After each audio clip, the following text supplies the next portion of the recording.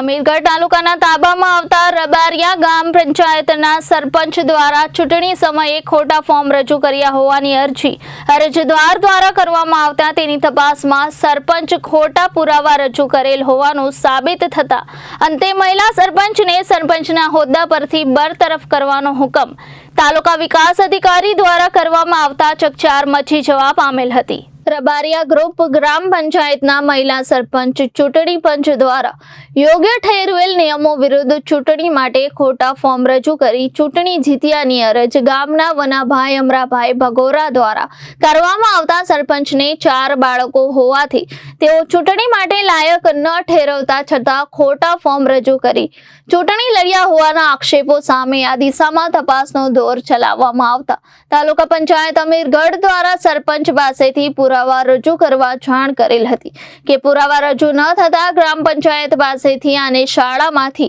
બાળકોના પુરાવા મંગાવતા શાળામાંથી સરપંચને 4 બાળકો હોવાનું જાણવા મળ્યું હતું।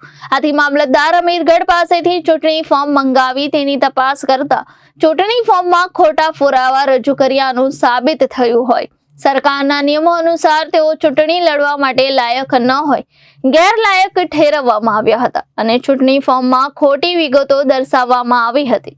તાલુકા વિકાસ અધિકારી અમીરગઢ દ્વારા ગુજરાત પંચાયત ધારાની કલમ હેઠળ તેઓને ગેરલાયક ઠેરવી રબારિયાના સરપંચ કાળીબેન રાજુભાઈ ગમારને હોદ્દા પરથી બરતરફ કરવાનો હુકમ કર્યો હતો।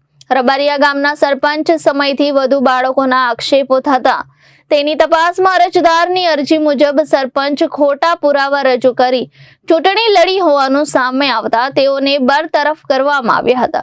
સરપંચે પોતે અભણ હોય નિયમોની જાણ ન હોવાથી તેઓ ઉપર રહેમ દ્રષ્ટિ રાખવા માટે પણ રજૂઆત કરેલ હતી।